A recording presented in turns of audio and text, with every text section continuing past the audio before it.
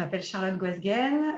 Je dirige le Centre culturel Léo Lagrange à Amiens depuis 15 ans maintenant. Le Centre culturel Léo Lagrange, c'est une association loi 1901 qui est issue de la Fédération régionale Léo Lagrange Nord-Île-de-France. L'objectif de Léo Lagrange, c'est l'éducation populaire avant tout. Donc, on est vraiment un centre culturel qui fait partie de ce dispositif d'éducation populaire. On a vraiment à cœur de travailler autour de tous les publics et d'essayer de mettre en place des actions pour valoriser l'estime de soi et l'ouverture, l'épanouissement personnel.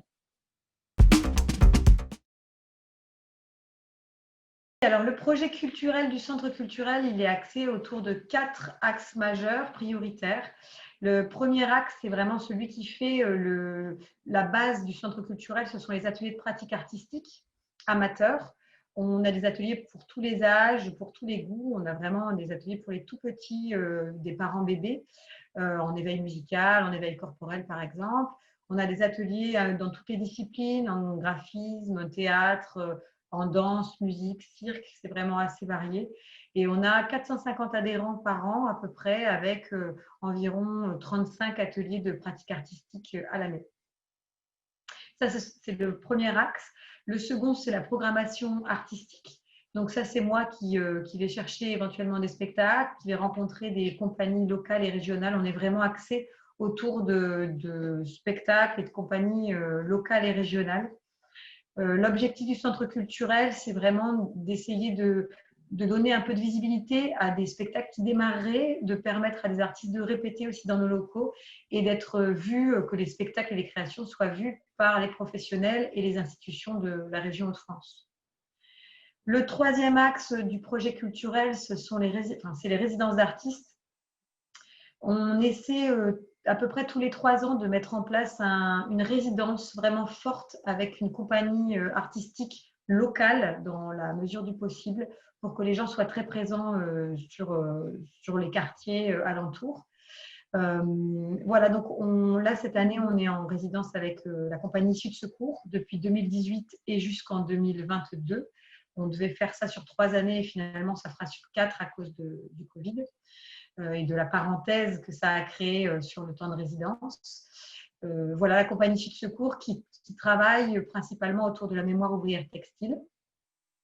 Et puis, lié à cette résidence, arrive le 4e axe du projet culturel qui est la médiation culturelle de proximité. On a un gros travail au centre culturel autour de cette médiation. J'ai une personne à temps complet, Mathilde, qui est ma médiatrice culturelle, qui travaille sur cette thématique-là. L'objectif, c'est vraiment de mettre en place des actions artistiques et culturelles pour les habitants, notamment des quartiers prioritaires de la politique de la ville, que sont les quartiers Saint-Leu et Saint-Maurice à Amiens.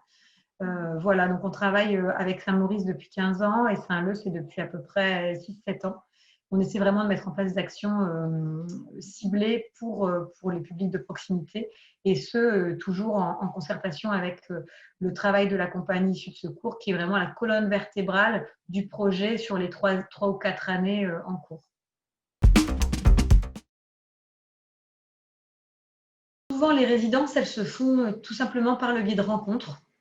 Dans une année, je vais rencontrer quelqu'un, je vais me dire ah ben, ça peut être intéressant, il va me parler de son projet, le projet va résonner et puis petit à petit ça va faire son chemin. C'est ce qui s'est passé pour les diverses compagnies qu'on a eues en résidence jusqu'à présent. J'essaie de varier les disciplines quand même. On a eu tout au début quand je suis arrivée il y a 15 ans, c'était une résidence de théâtre, puis c'est passé en cirque, en musique, en conte.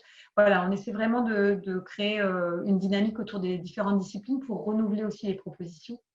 Donc oui, il n'y a pas d'âge pour être résident à Léo Lagrange, c'est vraiment une question d'envie, de souhait aussi de travailler avec la population parce que c'est vraiment ce qu'on demande à des résidents, d'être là, d'être très présent et d'être toujours au contact de la population. C'est le projet qui prime en fait, c'est la pertinence du projet sur le territoire qui va primer.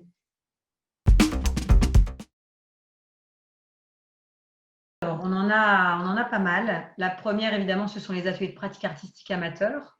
On essaie de mettre aussi en parallèle de cette pratique artistique un projet qu'on appelle Un pas de plus, qui essaie de lutter contre le consumérisme d'activités artistiques, parce que parfois on constate que les jeunes viennent pratiquer et après, quand ils rentrent chez eux, c'est terminé. Donc, on essaie d'aller un petit peu plus loin. On fait un pas de plus avec les jeunes et avec leurs parents pour essayer aussi de créer une symbiose entre la famille pour qu'il y ait une compréhension mutuelle de ce qu'ils font. Il y a évidemment tout un panel de spectacles, puisque nous, on est plutôt justement axé vers les spectacles jeunes publics et familiaux. Donc, la programmation du centre culturel, on pourrait dire qu'elle est à 80% faite de spectacles jeunes publics. Et puis après, on a une attention un peu particulière pour les jeunes, on va dire les plus jeunes, un peu plus âgés, à partir de 15-16 ans.